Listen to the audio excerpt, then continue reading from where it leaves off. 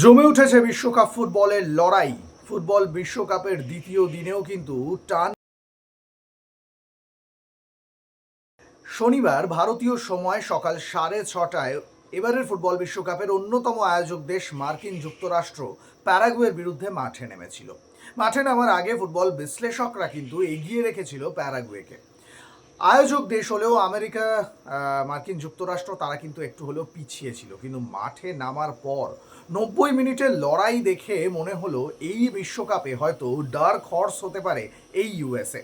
প্যারাগুয়েকে 4-1 গোলে উড়িয়ে দিল এবং অভিযানটা স্মরণীয় করে রাখলো। প্রথম ম্যাচ নিজেদের ঘরের মাঠে দুর্দান্ত জয় ছিনিয়ে নিল ইউএসএ।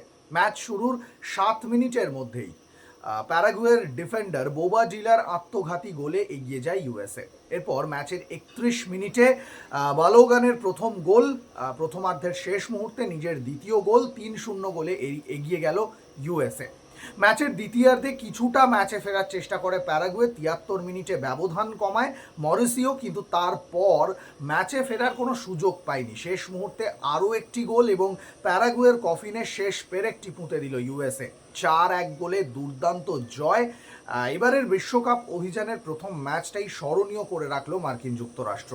শুধু তাই নয়, ছন্দময় ফুটবলে গোটা ফুটবল বিশ্বের সমর্থকদের আপ্লুত, তাদেরকে কিন্তু ডুবিয়ে দিল একটা ফুটবল মোহের মধ্যে।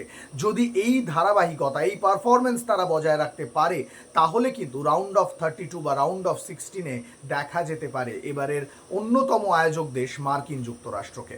অন্যদিকে এদিনের রাতের ম্যাচটি কিন্তু একেবারেই নিষ্পৃহ একটা ম্যাচ হলো, যেখানে কানাডার বিরুদ্ধে 1-1 গোলে ড্র করলো বসনিয়া হার্জেগোভিনা, যারা 21 মিনিটের মাথায় এগিয়ে গিয়েও জয় ছিনিয়ে নিতে পারলো না। ম্যাচের দ্বিতীয়ার্ধে সমতাসূচক গোলটি করে কানাডা এবং শেষ পর্যন্ত 1 পয়েন্ট নিয়েই সন্তুষ্ট থাকতে হলো দুটি দলকে।